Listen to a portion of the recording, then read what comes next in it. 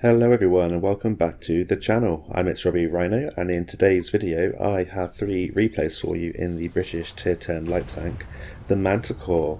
And I recently put out a review of the EBR 105, the French Tier 10 wheeled light tank, and I like to think that the Manticore is kind of like the alternative version for people that don't like the wheeled vehicles, maybe find them a bit hard to handle or just don't like the grind. And I think that it's a fantastic comparison, so I'll put out some replays in today's video of the Manticore and let you decide what you think and which one you think is the best light tank.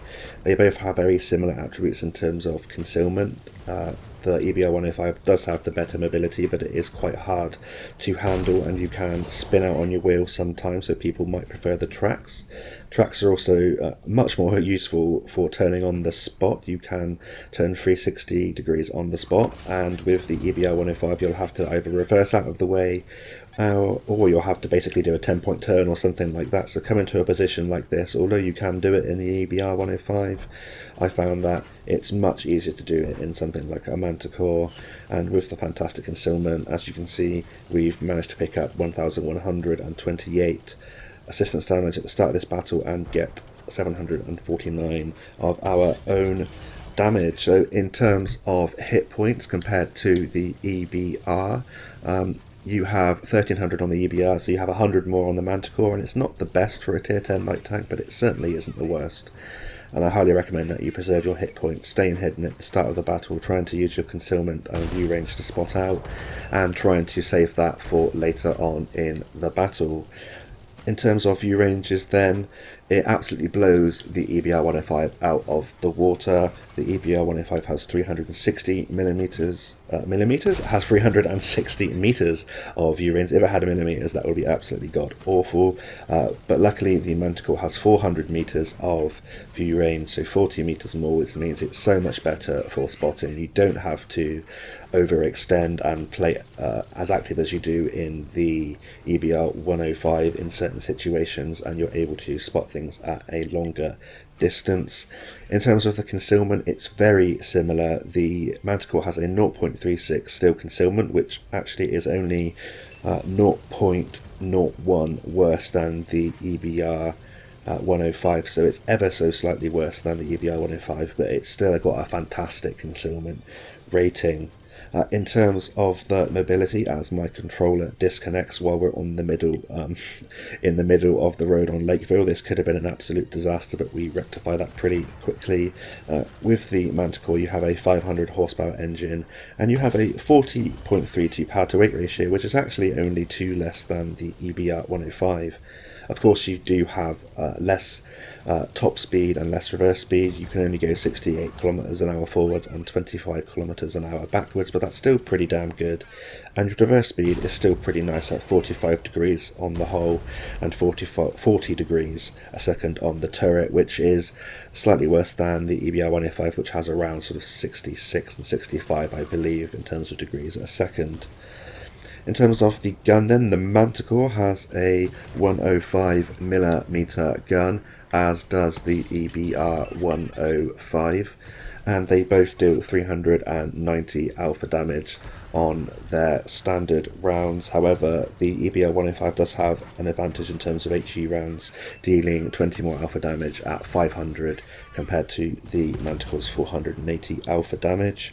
In terms of penetration though, the Manticore is so much better at 248mm of penetration on the standard rounds, 268mm of penetration on the premium rounds, and 60mm of penetration, which is 15 less on the HE rounds. The EBR 105 only has 190mm of penetration on the standard and 250 on its premium heat.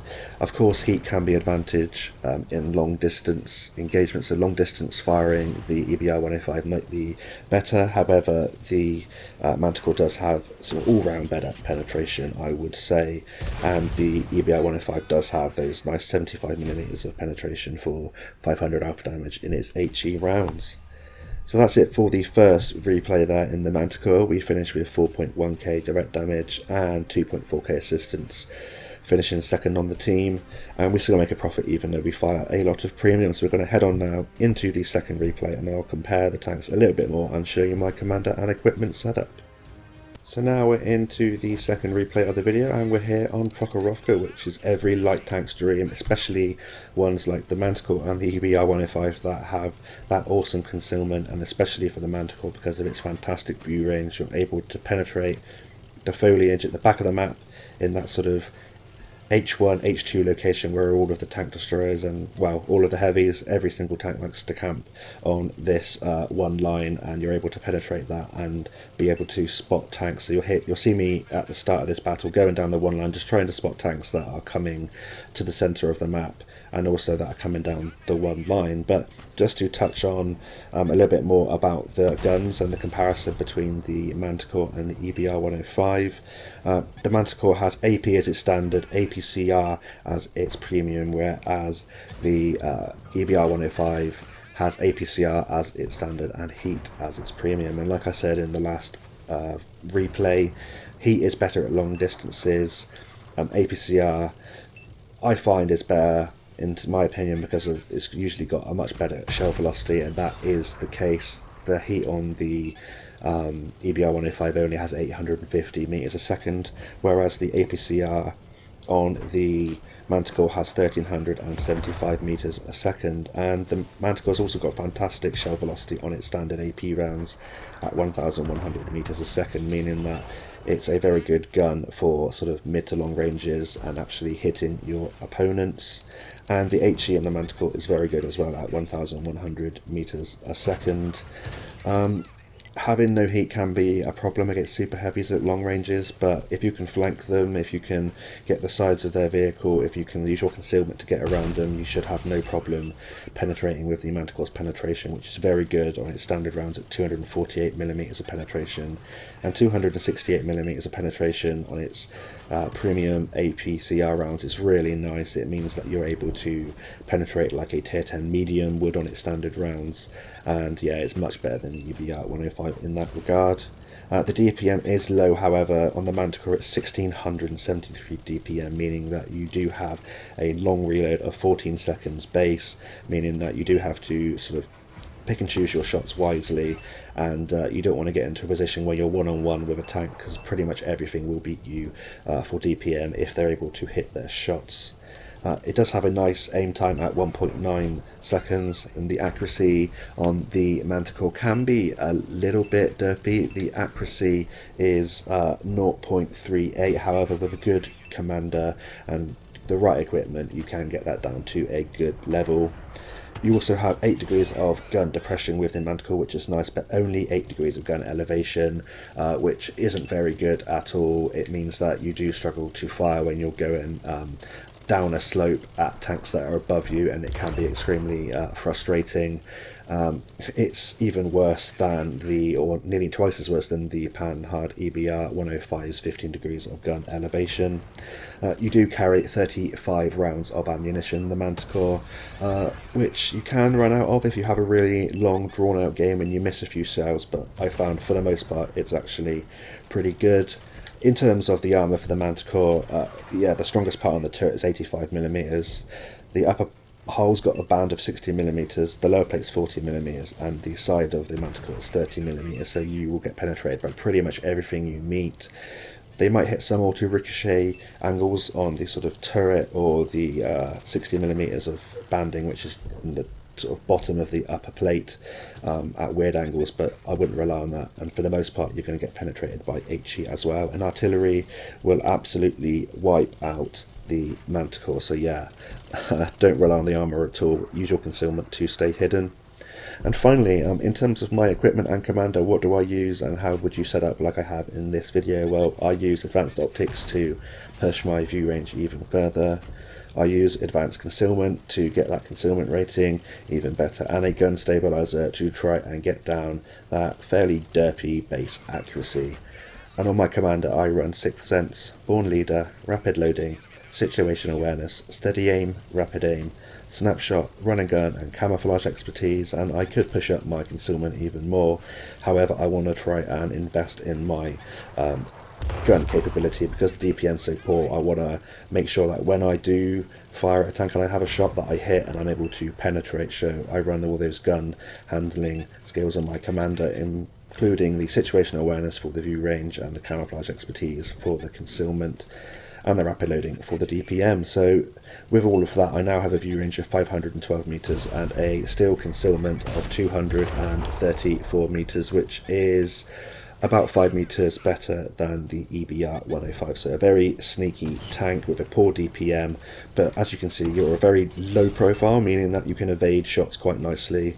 The traverse obviously isn't as good as a wheeled light tank, but as you can see here, we're dueling with this EBR 105 and we're not doing too bad. We're trying to free aim at him.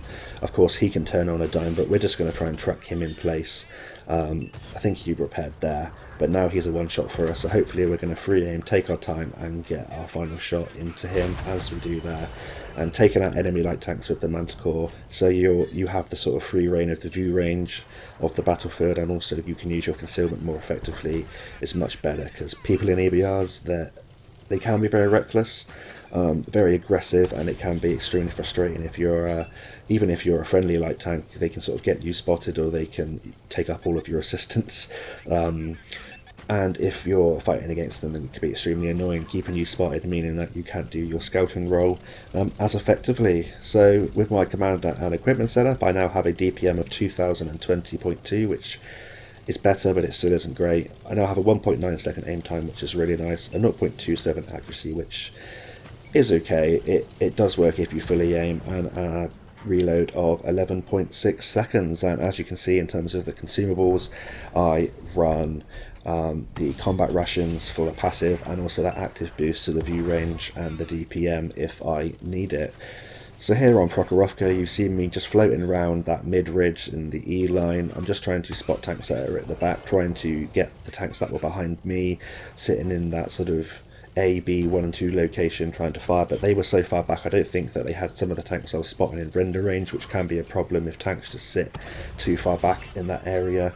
However, I'm doing as much as I can spotting wise. I'm getting shots in where I can, and we've had a pretty decent game now, so if I die now it's not going to be the worst thing. It's still relatively close. We are only 2 tanks behind. I'm going to come over and finish off this chisel using my mobility. I'm trying to evade shots from this Death Stars and the FV 4005 on the ridge, and also that 72 or 75 A1K, the tier 10 German super heavy premium tank that is coming down the one line. We're still 2 tanks down, and I'm just trying now to get over the other side of this train track and go and spot for the tanks that are on the hill. They have the high ground, so as long as they stay safe and I spot for them, we could still take this one down. It's not looking likely because they don't have a lot of hit points to spare. However, I'm still going to do my best, and I'm just going to come in from a different angle of approach now. They're probably going to be expecting me to come down that one line, and I'm going to try and come in from a different location, maybe take the artillery out, or any tanks that I spot down here that are in that sort of sniper location on their end of the train tracks, and see how that goes basically. And when I'm coming down here, I do spot that Death Star in the middle of that field by the looks of it. Unfortunately, none of our tanks on the hill get a shot into him, and I'm just going to continue to go around and see if I can get around the back of these tanks and take them out. And the problem is they have some very powerful tank destroyers on the enemy team, and if I get shot by one of them, regardless of whether they're firing Hesh or the AP, I'm going to be getting taken out. I'm going to be one shot as well, most likely, if the 7201K high rolls, and it's just an awkward situation now. And now it's it's 2 against 1, it's 3 tanks against 6, and I'm going to go head over to the one line and see if I can spot the artillery and take the artillery out, try and take the RNG out of the game, and maybe I can use my concealment at the end of the battle to try and take this one down. We do spot that bat chat. Here's the gun elevation problem, so I'm going to have to reverse up onto this ridge or just go down and shoot up. We get 1 shell into the Batchat 15558 on the move. He gets re-stealthed, and we have to reload, and that's the problem with this DPM, is that you just can't sort of rely on it at all. Looking at the minimap, I was pretty certain if I fired here I wouldn't get spotted. But as I stop here and fire at this FE 4005, we do get spotted, and I must be by that Sturm Tiger, who must have pretty good view range.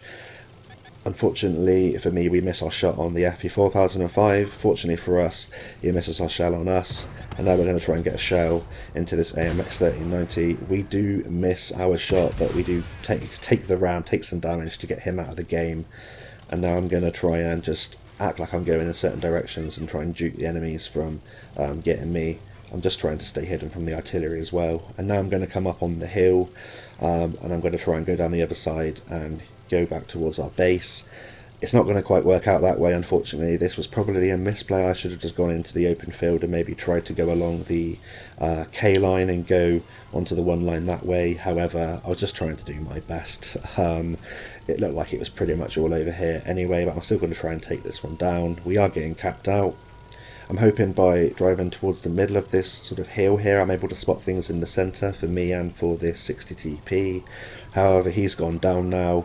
It looks like he's spotted yet, and he gets taken out by the back chat artillery.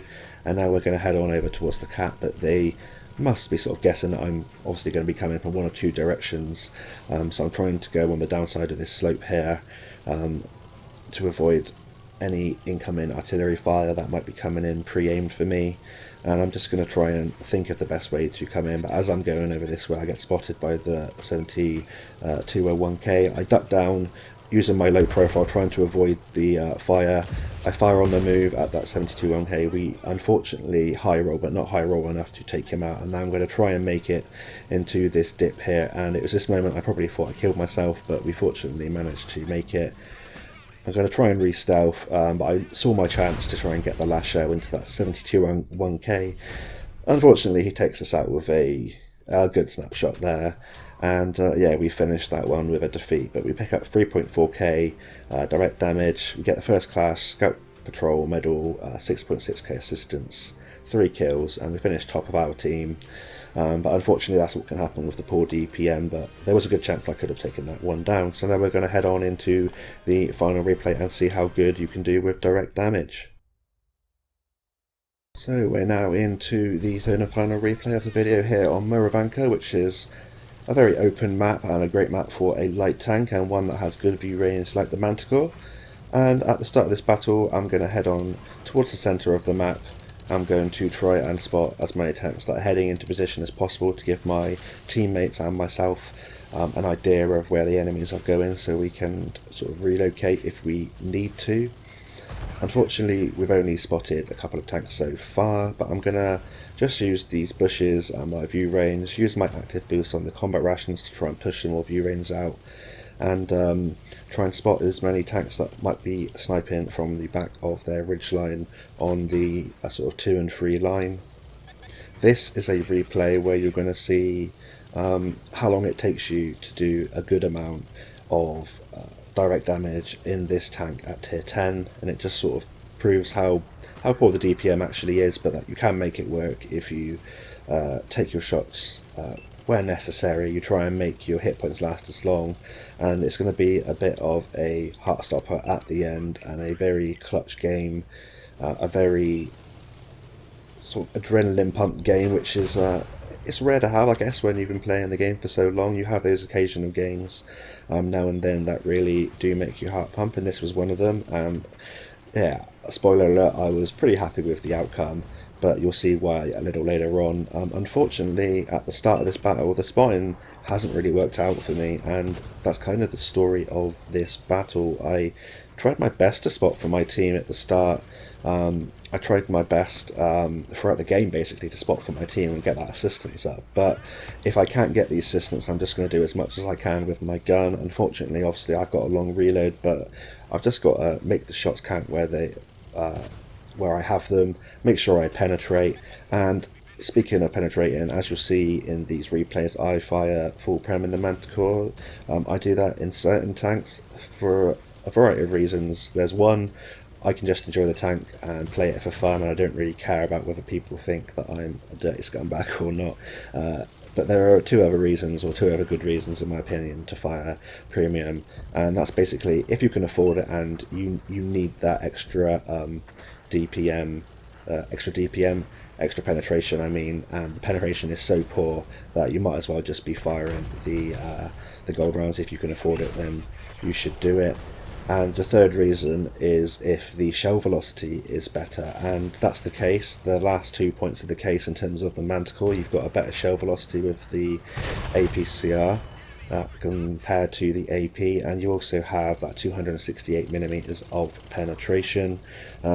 Because of the amount of rounds you carry, I only carry 2 HE rounds that can be, or I try and use them at the end of the game to take out artillery on when I know I'm coming up against something like a waffly 100 or something like that. But you're going to see me just making the most of my APCR rounds here. I'm firing at longer distances, and although the penetration does drop off with APCR, it does mean that I've got better shell velocity, better accuracy, or better chance of leading my targets and hitting, I should say, at long ranges, and I've still got a higher penetration for sort of up close and personal engagements and those super heavies that I might come into contact with later in the battle.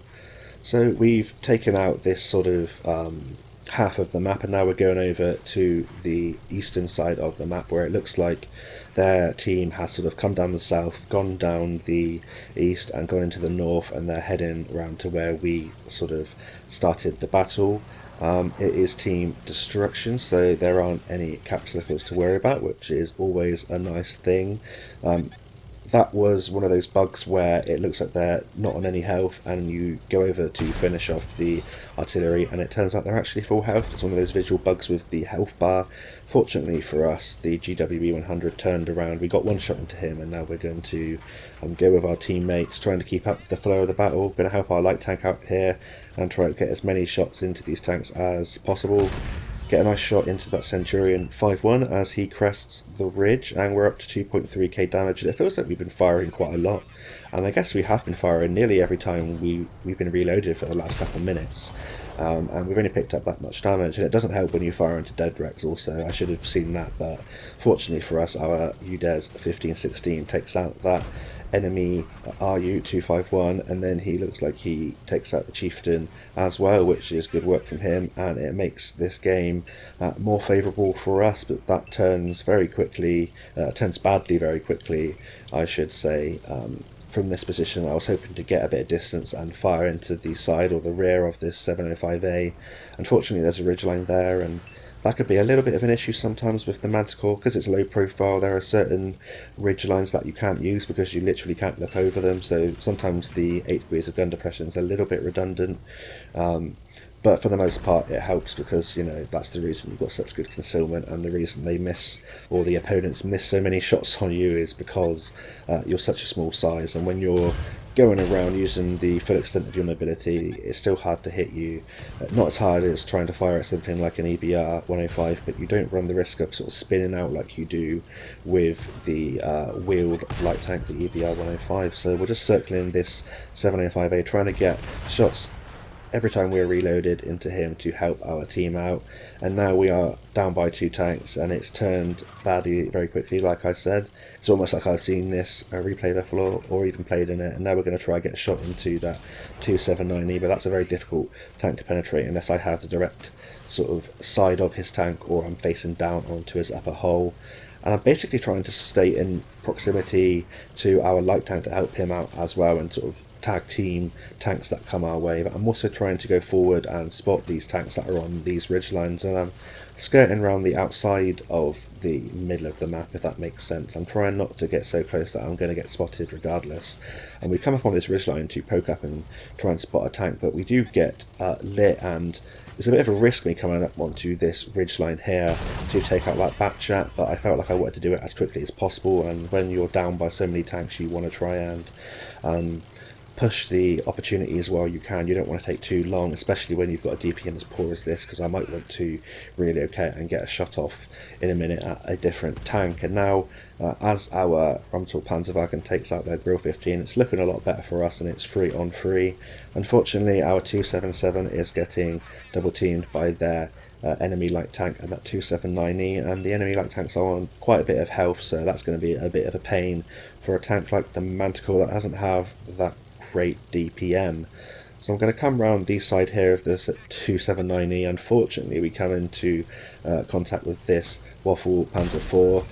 We did the right thing there by not firing the Waffle Panzer IV and just firing at the 279E, but I should have just free aimed that or gone into sniper really quickly and aimed it, because for missing that shot I take 2 shells, and it means that we didn't take the 279E out, and that makes it a lot harder for me and this friendly light tank to take out this battle. But we get 1 shot into that 279E, and now we're just keeping on moving, using our mobility to try and evade getting hit by the enemies. I'm just wiggling, going left to right, circling, sort of snaking, trying to avoid fire. Unfortunately, I felt like I was leaving that light tank alone there, but fortunately he turned round and come up with me. I'm just going to poke up here to see where that Waffle Panzer IV is. I was hoping with that momentum of that light tank he'd miss, but unfortunately he doesn't. I take advantage of the light tank firing, and I get 1 into him, and now it's a case of just running away and trying to re-stealth. And for some reason I feel like this Waffle Panzer IV is really quick for the tank it is. I really wasn't expecting that, but when I see people aiming at me and I'm running like this and trying to run for my life, what I'm trying to do is I'm trying to, when I get into a sort of direct line of sight, I'm trying to go sideways. So I'm not trying to line up directly with the enemy light tank. I'm trying to move sideways so that if he's auto aiming me, the chances are he's going to miss, and he's an autoloader, so when he's dumped his magazine, there's my chance to try and get some shells into him. So I'm free aiming my shots. I'm not auto aiming now. I'm aiming in front of the tank, free aiming, trying to get shots into him on the move. We get 1 into him there, and he's still going to be a 2-shot for us. And now I'm going to be free aiming again. Unfortunately, it's not the best tank on the move. You don't have the best sort of bloom. Your bloom goes out on the reticle a little bit, and yeah, it's hard to hit on the move. But I'm just going to try and make my shots count here. I'm trying to just go in circles as much as possible, so when he's firing like he is now, it looks like he's firing auto aiming, his shots will miss me because of the speed I am going, and then we fortunately get a shot into that 13105. And if you're not comfortable free aiming, if you go in circles to evade their shots and they fire, if you directly line up with them, your auto aiming is likely to work a lot better, like it did there with that Waffenträger Panzer IV. So he's fired, I fired, he's definitely got a better reload than me, because it looks like he is firing the... oh no, he is firing the big gun, so now's my chance to get the final shell in. I don't know what happened to that shell there. I thought that was going to be game losing, and it nearly ended up being. It looks like that building is either not sort of rendered in properly, I don't know, or whether I just missed out completely. But we back up, try to use the foliage and the fence to make him miss. Fortunately he does miss. I backed up a bit too far, but we get the snapshot in and take that one down in a bit of a heart stopper there, just showing that you can make the gun work. You just have to have those long games, and it doesn't always work. That's the Mastery Badge and the High Caliber. Of course we make a loss firing that much premium, but we finish with 1642 base experience points. We don't get any assistance at all, but we do get 5 kills, and just showing you that you can effectively spot in this tank, and you can sometimes make the damage work, but you need those longer games. So I hope that's given you a bit of an overview of how I like to play the Manticore and my comparison with the EBR 105. Thank you all so much for watching and your support, and until next time, I'll see you on the battlefield, and bye for now.